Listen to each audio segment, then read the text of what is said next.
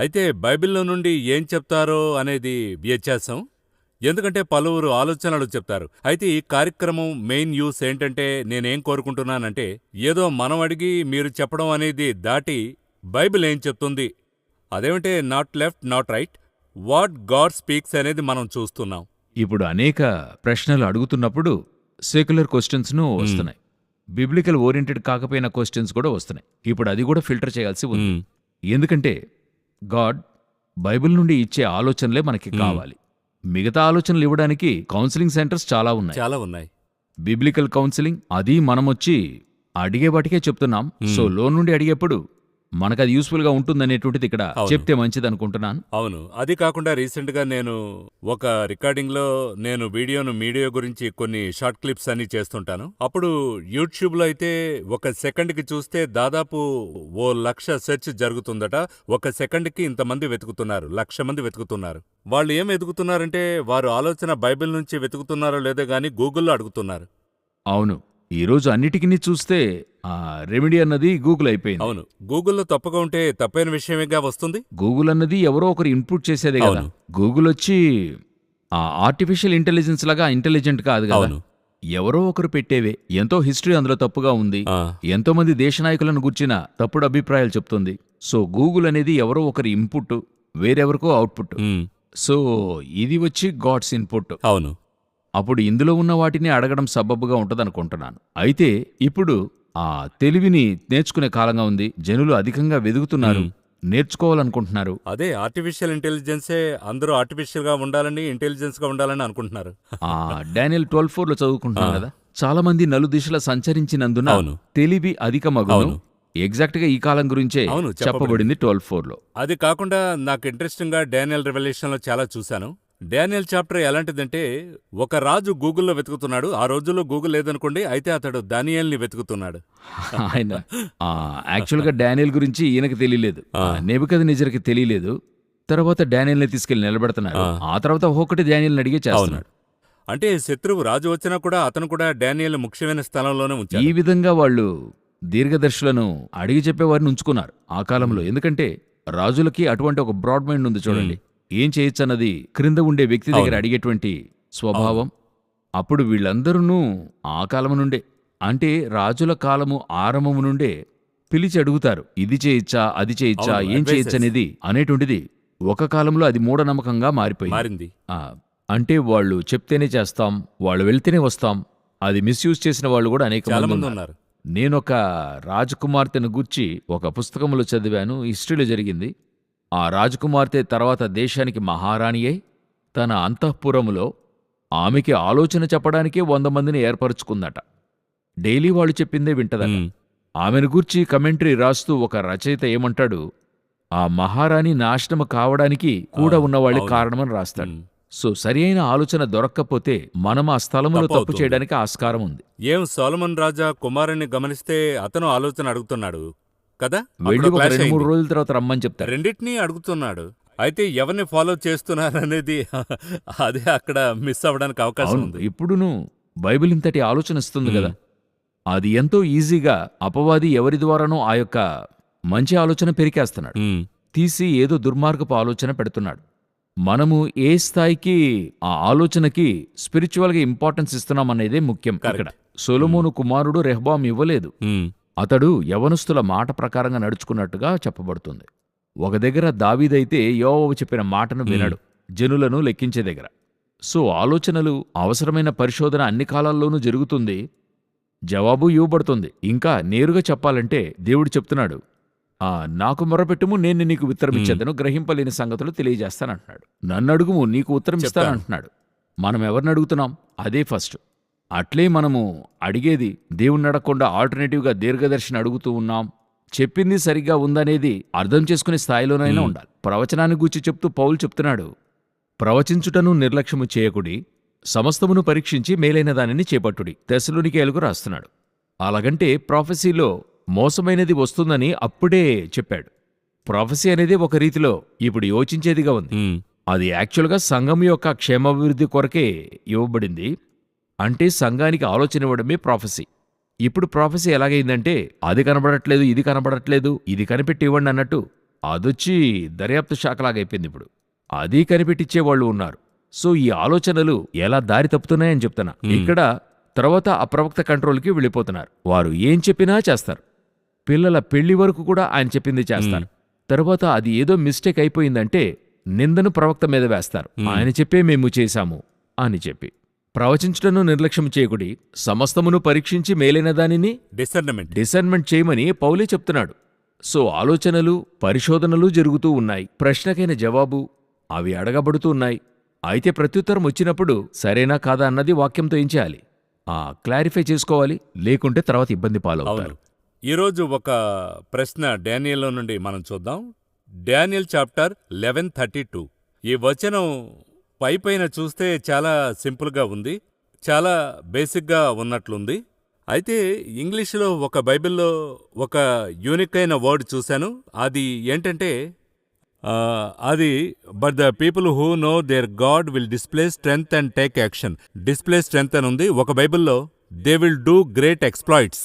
ఆ ఎక్స్ప్లాయిట్ అనే వర్డ్ చూస్తే వీరు ఎక్స్ప్లాయిట్ చేస్తున్నారు, అది మనం తప్పుగా అర్థం చేసుకుంటున్నాం. ఎందుకంటే they will do great exploits అని ఏదో ఒక ట్రెజర్ని, ఏదో ఒక 10 మంది ఉన్నారనుకోండి, ఇతడు ఒక వ్యక్తి దేవుణ్ణి నమ్మేవారు, ఒక గొప్ప ధననిధి దాగినట్లు అనిపిస్తుంది. అది ఎలా? మన ప్రేక్షకులు మన కార్యక్రమం చాలా బాగుంది అని అంటున్నారు. చాలామంది డీప్గా వెళుతున్నారు. అయితే సాధారణమైన జీవితంగా ఉంది, అవే సమస్యలు. అయితే బైబిల్ని చక్కగా ఫాలో అప్ చేస్తున్నారు, ప్రేక్షకులు తప్పకుండా చూస్తున్నారు. అయితే నాకు I cannot display great strengths, నా ద్వారా గ్రేట్ ఎక్స్ప్లాయిట్స్ చేయలేకపోతున్నానే. అయితే దేవునిలోకి డీప్గా వెళుతున్నాను. అలాగని చెప్పేవారికి ఎలాంటి బదులు ఇవ్వగలం బైబిల్లో నుండి? ఇప్పుడు ఫస్టు ఇక్కడ చెప్పబడినటువంటి విషయాన్ని మనం తర్వాత చూద్దాం. ఇది ఏంటనేది చూద్దాం. ఇప్పుడు మీరడిగిన ప్రశ్నను చూసినట్లయితే, జనులొచ్చి ఒక కార్యాన్ని చెయ్యాలి, దేవునికై ఒక గొప్ప లెవెల్లో నేను చేయాలన్నప్పుడు నా వల్ల అది చేయలేకపోయానే, ఆసక్తి ఉంది, నాలో ఇష్టపడుతున్నాను, డిజైర్. అవును. ఇప్పుడు మనం ఒక మీడియానే ఉంది, ఇది తీసుకుని వరల్డ్ వైడ్ వెళ్ళాలి. కొందరైతే ఒక సాంగ్ని యూట్యూబ్లో ఎక్కించినప్పుడు మిలియన్స్లో చూడాలి, ఒక మెసేజ్ని అప్లోడ్ చేసినప్పుడు ఇది అనేకులు వినాలి. ఇది యూజువల్గా మనలో ఉండేటువంటి థాట్. అయితే దీనికైనా నేపథ్యం అనేది ఉంది. మీకు తెలిసుండొచ్చు, నేను విన్న విషయము, ఒక రోజుకి ఎన్నో వేల అప్లోడ్స్ జరుగుతూ ఉన్నాయి. చాలామంది అప్లోడ్ చేస్తున్నారు ఆల్ ఓవర్ ద వరల్డ్. ఒక గ్రూప్ వెతుకుతున్నారు, ఒకరు అప్లోడ్ చేస్తుంది. ఈ అప్లోడ్ చేయబడుతున్నదంతా కూడా జనుల్ని రీచ్ అవుతుందా? సరేనా? మంచి విషయాలను కూడా చెప్తున్నాను, మంచి విషయాలు చెప్తున్నా, రీచ్ అవుతుందా? రెండవది, ఈ రీచ్ అయిన విషయంలో వారు సస్టైన్ చేయగలుగుతున్నారా? సస్టైన్ అంటే కొనసాగింపుగా అందులో నిలబడగలుగుతున్నారా అనేటువంటిది ఈనాటి కాలఘట్టంలో చూసినట్లయితే, ఇప్పుడు దానియేలుని చూస్తున్నాం. దానియేలు 3 రాజుల కాలంలోనూ తాను సక్సెస్గా నిలిచాడని బైబిల్ చెప్తుంది. కోరేషు, మెడో పర్షియను, బాబిలోనియన్ గవర్నమెంట్ అన్నిటిలోనూ ఆయన సక్సెస్ఫుల్. ఒక కౌన్సిల్ ఇచ్చేవాడు అనమాట. అవును. ఎలా ఈయన వల్ల సాధ్యపడింది అని అడిగితే, ఆయనకున్న నాలెడ్జ్ మాత్రమే కాదు, ఆయన చదివిన చదువు మాత్రమే కాదు, చదివాడు, మంచి నాలెడ్జబుల్ పర్సన్, అందులో మరో మాటే లేదు. అయితే ఈయనలాగా అనేక మంది అక్కడ ఉన్నారు, అవును, ఈక్వలెంట్గా. అయితే వీళ్ళకి వాళ్ళకి ఏంటి ఒకే వ్యత్యాసం? తిరిగి రాజే చెప్తున్నాడు, దైవాత్మ నిండిన మనుషులు, పరిశుద్ధాత్మ యొక్క లీడింగ్తో మీరు ఇది చెయ్యాలి. మీ దగ్గర టాలెంట్ ఉన్నందువలన మీరు రీచ్ కాలేకపోతారు. లేక అనుభవం ఉంది కదా అని అన్నీ కరెక్ట్ కానేరవు. నిన్న కూడా ఒకరితో మాట్లాడేటప్పుడు చెప్పాను, నాకొక 30-40 సంవత్సరాల అనుభవం ఉంది. ఈ అనుభవానికి కొరత చెప్పడం లేదు. అయితే నాకు 40 సంవత్సరాలు దాటి క్రొత్త అనుభవానికి తావుంది.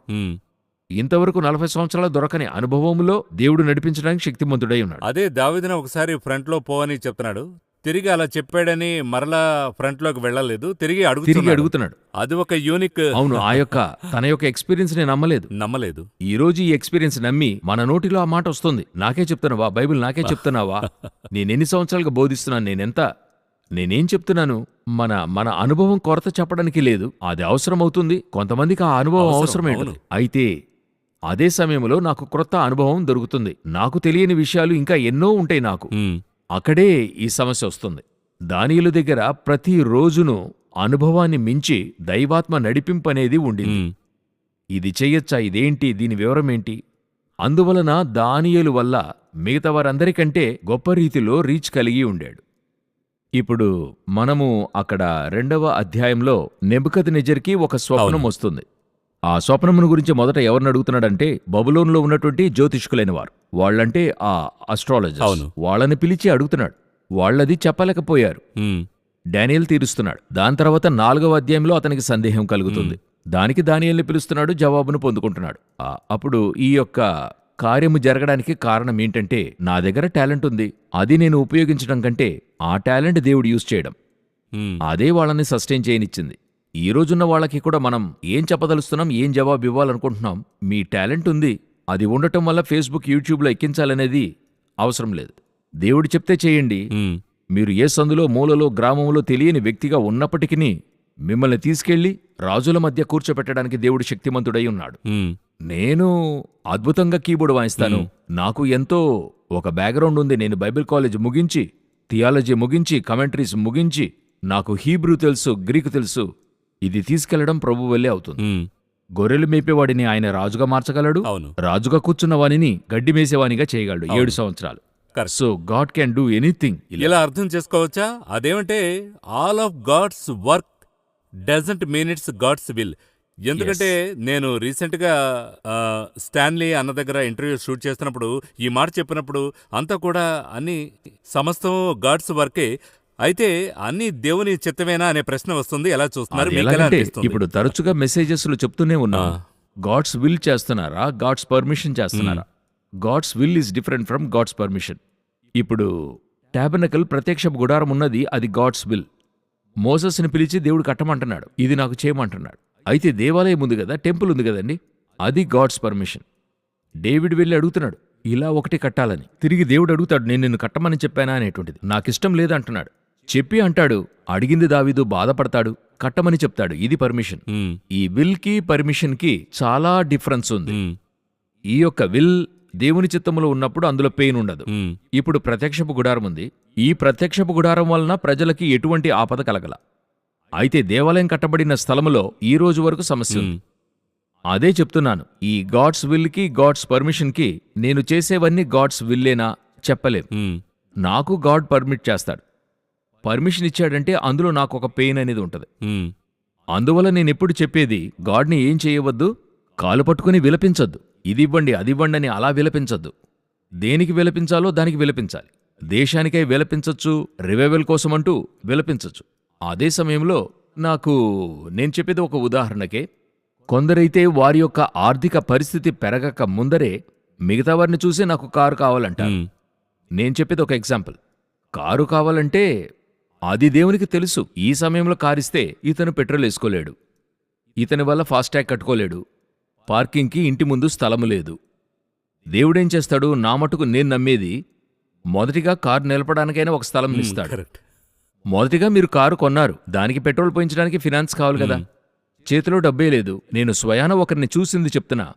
ఒకరు వాహనాన్ని కొని దాదాపు 2 సంవత్సరాల తర్వాత చూస్తున్నా ఒక 800 కిలోమీటర్సే నడిపారు. ఉమ్, అప్పుడు నేను అడిగా, 800 కిలోమీటర్సే నడిపారేంటి? ఆ కారు కొత్తగా ఉందే అని చెప్తే అతను చెప్పాడు, పెట్రోల్ అమ్మే ధరలో బండి ఎక్కడ నడపగలం పాస్టర్ అన్నాడు. అప్పుడు ఆయన ఆ బండి ఏం చేయలేదు, యూస్ చేయలేదు. ఆయన చెప్పేది ఆయన వ్యూలో కరెక్ట్. అయితే నిజమేంటంటే, మీకు కారు అవసరమైతే దేవుడిస్తాడు, అది పెట్రోల్ వేయడానికి హస్తాలను బలపరుస్తాడు, నిలబట్టానికి ఒక అవకాశం ఇస్తాడు, మీరెక్కడైనా బయటికి వెళ్ళాలంటే ఫాస్టాగు చేస్తాడు, ఇన్నిటినీ చేస్తాడు. చూడండి, పెయిన్ ఉండదు. ఉమ్, లేదంటే ఇస్తాడు, మీరు అడిగారని చెప్పి కారు మీకు ఇచ్చేశాడు, పార్క్ చేయడానికి స్థలం లేదు, మీరు 2 వీధుల తర్వాత పెట్టుంటారు, ఇక్కడ నిద్ర పట్టదు. ఉమ్, ఇదొచ్చి గాడ్స్ పర్మిషన్. ఉమ్. అన్నిట్లోనూ ఇలాగుంటది. మినిస్ట్రీలో ఉంటుంది, లైఫ్లో ఉంటుంది, బిజినెస్లో ఉంటుంది. అందులో ఉన్న ఇంట్రెస్టింగ్ ఏంటంటే లోకరీత్యా అదేంటంటే seek ye the first kingdom of God. మనం అడిగేదే మనం ఎలా అడగాలో తెలియజేశాడు. మనం ఏం చేసామంటే లోకరీత్యా అడిగాము. కోర్స్ హ్యూమన్ ఆలోచన ఒకటి ఉంది కదా. అయితే అడిగే విషయమే వేరేలా రాజ్యభారంతో అడిగినప్పుడు అన్నీ చేస్తున్నాడు అనే విషయం మనకు అండర్స్టాండ్ రావడానికి మనం టైం సరిపోతుంది. అంటే ఇప్పుడు ఈ మధ్య మనం ఒక దగ్గర వెళ్ళి భోంచేసాం చూడండి, కాంబో ఉంది కదండి, అవునవును. కాంబో భోజనం. గాడ్స్ బ్లెస్సింగ్ వచ్చి కాంబో. ఒక విషయాన్ని చెప్తే దానితో పాటు అనేక విషయాలు కూడా వస్తాయి. ఇప్పుడు దేవుడు అంటున్నది వేరువేరుగా అడగద్దు, కాంబోని అడుగు. ఉమ్. మొదటిగా దేవుని రాజ్యాన్ని వెతుకు. రాజ్యం అడిగితే రాజ్యంలో ఉన్న ఆశీర్వాదాలన్నీ వస్తాయి. బర్డెన్ అందులో ఉండాలి. యేసుని అడిగితే ఆయననే అనుగ్రహించినవాడు మిగతావి ఎలా అనుగ్రహించడు? మ్మ్. మీరు యేసుని అడగకుండా వేరువేరుగా ఒక్కొక్కటి అడుగుతున్నారు. నాకొక ఫ్రైడ్ రైస్ ఇవ్వండి, నాకొక ఇదివ్వండి అదివ్వండి అంటే అది సర్వ్ చేసిన వాడు అంటాడు. మీరు ఒక కాంబోని అడగండి మొత్తం మీకు వచ్చేస్తాయి. Correct. అదే ఈ రోజు సమస్య ఎక్కడ? మీరు చెప్తున్నారు కదా, మొదట దేవుని రాజ్యాన్ని నీతిని వెతకండి. అవును. అది వెతకకుండా ఇప్పుడు జనులు వరల్డ్ బ్లెస్సింగ్ అడగనారంభిస్తున్నారు. దాని పరిణామమే ఇంతటికిని కారణంగా మారిపోయింది. మిస్ట్రాక్ కావడానికి ఇప్పుడు వెతకనారంభించిన తర్వాత దేవుని దగ్గర ఉపవాసంతో అడిగేది, ఏడ్చి అడిగేది. కొందరైతే ఫ్యామిలీగా కూర్చుని ఏడుస్తారు. మ్మ్. గాడ్ పర్మిషన్తో ఇచ్చేస్తున్నాడు. బట్ దానికైనా పెయిన్ ఒకటి ఉంటుంది. మ్మ్. అది కాకుండా మనం సంతోషంగా ఆ బ్లెస్సింగ్ అనుభవించాలంటే గాడ్ తగిన సమయంలో ఇస్తాడు. ఆయనకి తెలుసు, హీ నోస్ వెరీ వెల్. ఆయనే గైడ్ చేస్తాడు, ఇలాగెళ్ళు అలాగెళ్ళు. ఆ సమయం వచ్చినప్పుడు దేవుడు తేటగా అది జరిగింది.